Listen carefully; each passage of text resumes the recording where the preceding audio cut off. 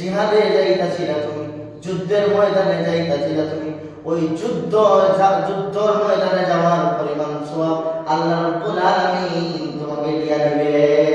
সুবহানাল্লাহ।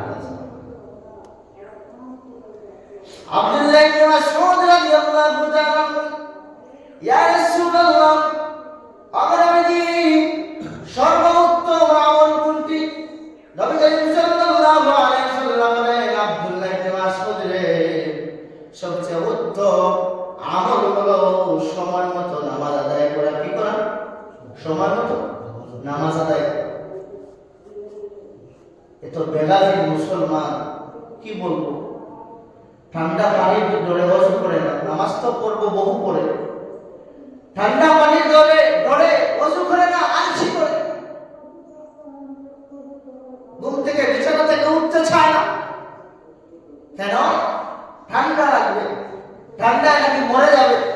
অথচ London, America, Europe country, আমাদের যে ভাই চাচা বাতিরা যারা আছে, যাদের ছেলে মেয়ে আছে, ওরা ঠান্ডার মধ্যে যুদ্ধ করতেছে, বরফের সঙ্গে যুদ্ধ করতেছে, মেঘের মতো বরফ পড়তেছে, বরফ মেঘের মতো পড়তেছে।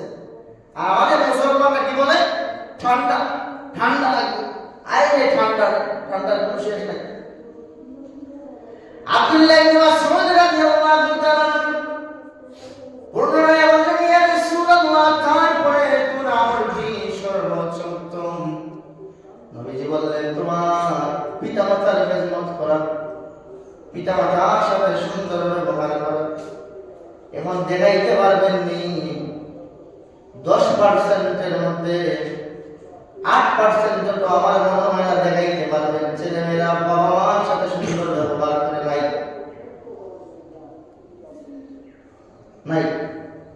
বাবা এক জায়গায়, মা আরেক জায়গায়, সে তার বিবি নিয়ে আরেক জায়গায়।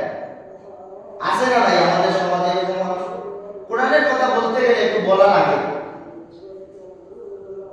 কেউ মনে কষ্ট নেবেন না।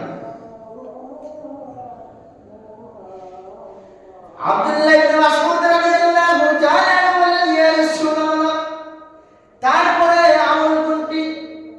নবী করিম সাল্লাল্লাহু আলাইহি ওয়াসাল্লাম বললেন, জিহাদ করা, আল্লাহর রাস্তায় জিহাদ করা।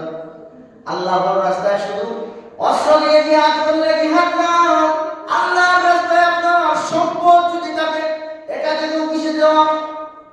শুধু অস্ত্র দিয়ে জিহাদ করা নয়, 5 ওয়াক্ত নামাজ ফরজ করে দিয়েছেন, যদি আপনি সময় মতো নামাজ আদায় করতে পারেন, এটা হলো একটা জিহাদ করা। শুধু আমরা মনে হয় ধারালো অস্ত্র দিয়ে ছুরি মারার নাম জিহাদ না।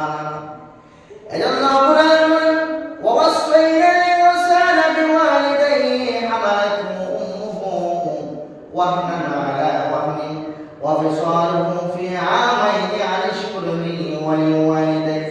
আমি আলোচনা অন্যদিকে নিতে চাইতেছি না, কারণ সময় অল্প। জুমাবার দিন আল্লাহ রাব্বুল আলামিন বলেন, তোমার পিতামাতার সঙ্গে সুন্দর ব্যবহার করো। তোমার পিতা যদি তোমাকে বলে, বাবা নামাজের সময় হয়ে গেছে, নামাজে যাও, তুমি বাবাকে বলবা যে আব্বু নেই গেছি।